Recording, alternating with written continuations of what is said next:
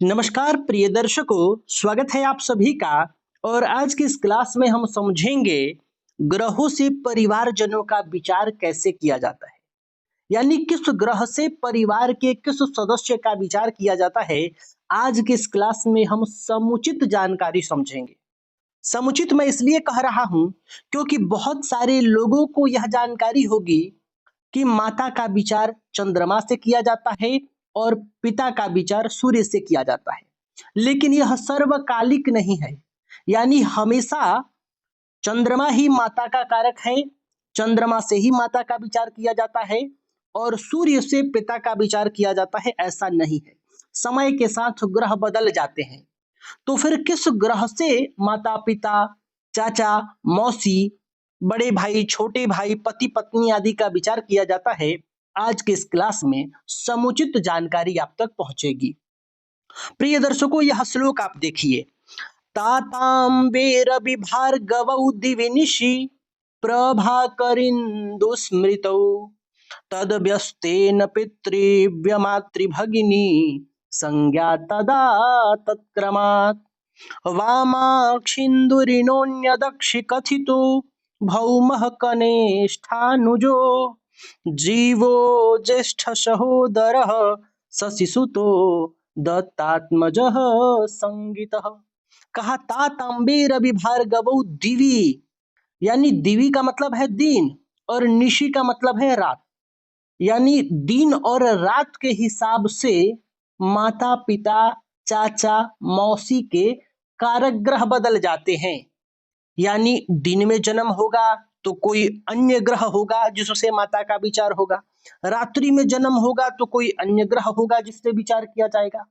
तो ये माता पिता, चाचा, मौसी के संदर्भ में दिन और रात्रि के हिसाब से ग्रह बदलते हैं। जैसे कि यहाँ आपको बताएंगे कि तातांबे रवि भार्गवौ दिवी, यानी दिन में जन्म हो तो रवि और शुक्र से माता पिता का विचार होता है। वहीं निशि यानी रात्रि में जन्म हो तो शनि और चंद्रमा से विचार होता है। आगे अभी इसको विस्तार से समझेंगे। यहाँ कहा भौमः कनिष्ठानुजो, मंगल ग्रह से कनिष्ठ अनुजो यानी भाई का विचार होता है। जीवो ज्येष्ठ सहोदर, जीव यानी बृहस्पति ग्रह से बड़े भाई का विचार किया जाता है। हालांकि इसके साथ साथ यहाँ यह भी बताया है कि हमारे वाम और दक्षिण जो दो नेत्र हैं, इनका विचार किस ग्रह से होता है। आइए सब कुछ यहाँ विस्तार से समझते हैं। आपको इस श्लोक का अर्थ भी बताता हूं और साथ ही साथ आपको यहाँ नोट करा देता हूं कि ग्रहों से परिवारजनों का विचार आप जब भी करेंगे तो किस ग्रह से करेंगे। तो प्रिय दर्शकों, इसके लिए आपको सबसे पहले ज्ञात कर लेना है कि जन्म दिन का है कि रात का, जन्म दिन का है कि रात्रि का है, चाहे जातक का हो या जातिका का हो। अब आइए यह नोट करिए जो मैं आपको बताने जा रहा हूं। जैसे मान लीजिए पिता का विचार करना है तो पिता का कारक सूर्य है, सूर्य से पिता का विचार होता है, लेकिन यह केवल दिन में। यदि जन्म दिन का हो तो ही आप सूर्य से पिता का विचार करेंगे। अगर जन्म रात्रि का हो तो शनि से विचार होगा। शनि से कब होगा? जब जन्म रात्रि का हो। इसी प्रकार माता का विचार, आप माता का विचार चंद्रमा से होता है, लेकिन कब? जब जन्म रात्रि का हो। और जब जन्म दिन का होगा तो शुक्र से आप माता का विचार करेंगे। कब? जब जन्म दिन का हो। इसी प्रकार चाचा का विचार, चाचा का जब आप विचार करेंगे तो दिन का जन्म हो तो शनि से आप विचार करेंगे। शनि से विचार चाचा का कब होगा? जब दिन का जन्म हो। और रात्रि का जन्म हो तो सूर्य से आप विचार करेंगे। सूर्य से कब विचार होगा? जब रात्रि का जन्म हो। मौसी का विचार आपको मैं बता रहा हूं। मौसी का विचार आपको कुंडली में करना है। यहां भी आपको दिन और रात देखना है। यदि रात्रि का जन्म हो तो शुक्र से मौसी का विचार करेंगे, रात्रि में जन्म हो तो।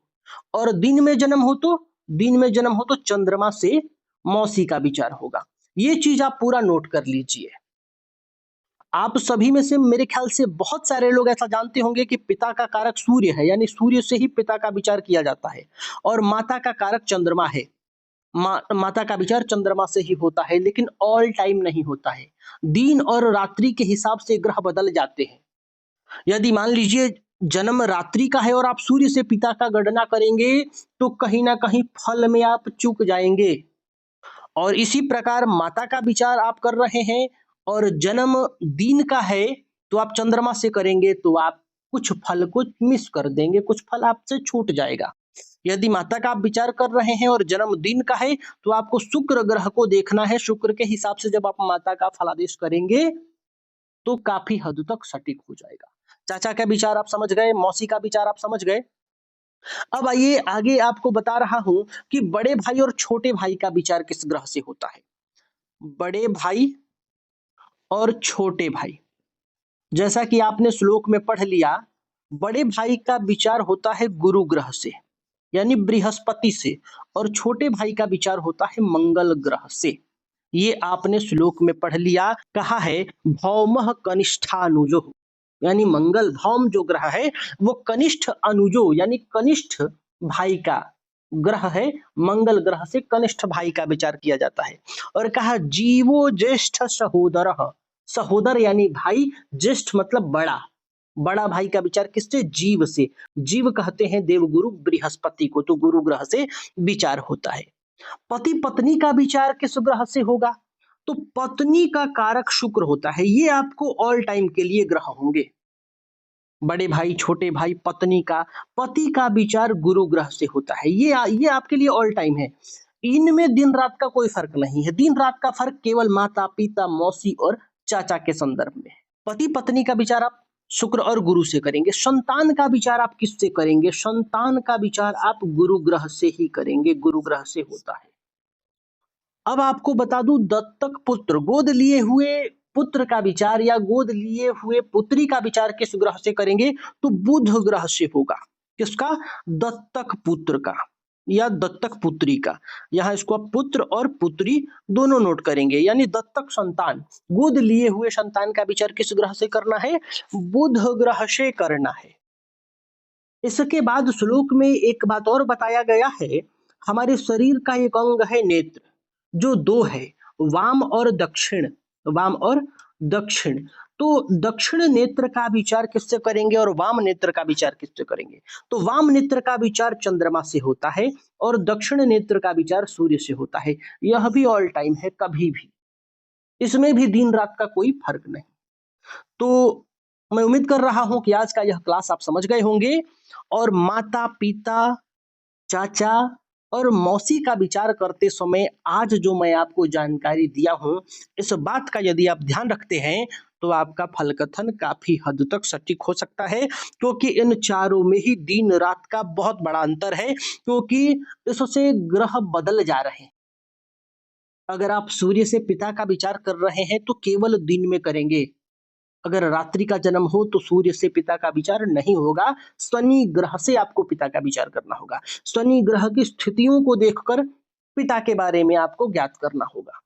तो आज के लिए बस इतना ही, तब तक के लिए हमें अनुमति दीजिए। नमस्कार।